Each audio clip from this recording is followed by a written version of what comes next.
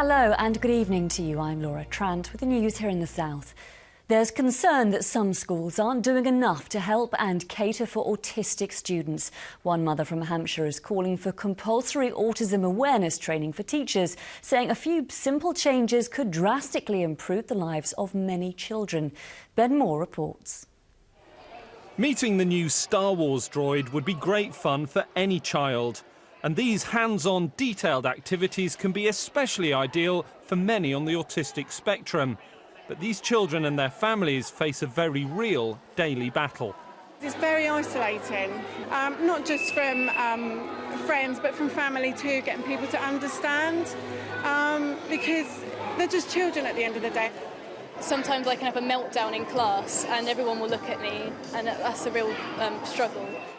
This is the first real-world meeting of a Facebook group called Asperger's Adventures. It's a chance for parents to swap ideas. The big one, getting schools to change the way they think about autism. We receive quite a few distressing stories. Children get expelled, they get punished, they get detentions, they're often bullied, and sometimes the parents are completely distraught because they think they're being told that they're doing it wrong. It's quite noisy in here, and that can be disturbing for some children on the spectrum, and it's understanding things like that that will help schools deal with children with autism. Last month, the group went to Downing Street to share their stories with the Prime Minister. It's not about moving the world for people with autism. Just a few very, very simple, very easy things could be put in place in the classroom to help all the children. And that level playing field is all these parents want. Ben Moore, BBC South Today. Some news just in this evening, and an 88-year-old man has been arrested on suspicion of murder after a woman in her 80s was found dead in Lower Earley in Reading this morning. The arrested man was also found with injuries to the stomach and taken to hospital. Police say it appears to be an isolated incident that didn't involve anyone else. More than 50 firefighters have been tackling a blaze at a hotel in Reading. The fire, which was described as serious, started in the roof of the Lake Hotel in Pingewood at around 20 to 11 this morning. There are no reported injuries. Firms in Bournemouth could lose business as a result of Flybe's decision to pull out of the town's airport, according to a local tourism lecturer. Flybe restarted flights from Bournemouth 6 months ago, but it says too few people are using the routes to make it viable. That's the airport's third largest carrier, but some say the move could affect the local economy. Local businesses directly linked to the airport, like taxi services, bus services, will all lose business and lose revenue, and that will impact on the economy and on the number of jobs available in those businesses. And you can see more on that on Sunday Politics tomorrow morning from 11.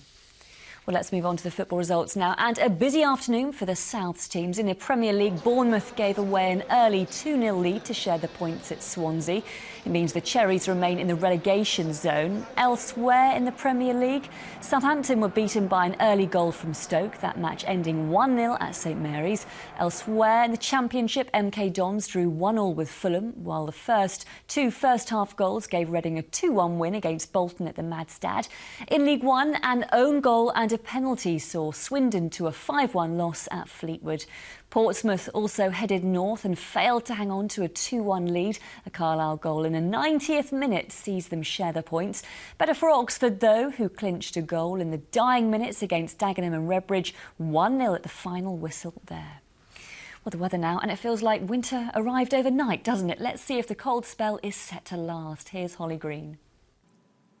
Hello, good evening. We've had a marked wind chill through today, and it's going to be a cold one for tonight. We may see a couple of showers out to the west, but for most of us a dry night on the way, clear spells around, and for many of us a frost on the cards. So it's a cold start to the day tomorrow morning, but it should be a nice bright day. Plenty of sunshine around. Still this northerly breeze, but a good bit lighter than today, though temperatures still only 4 to 7 Celsius.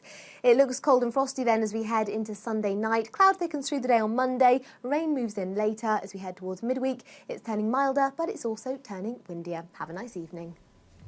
Cool and crisp tomorrow. That's all from us for now. We're back tomorrow evening just after 6 o'clock. In the meantime, have a wonderful weekend. Bye for now.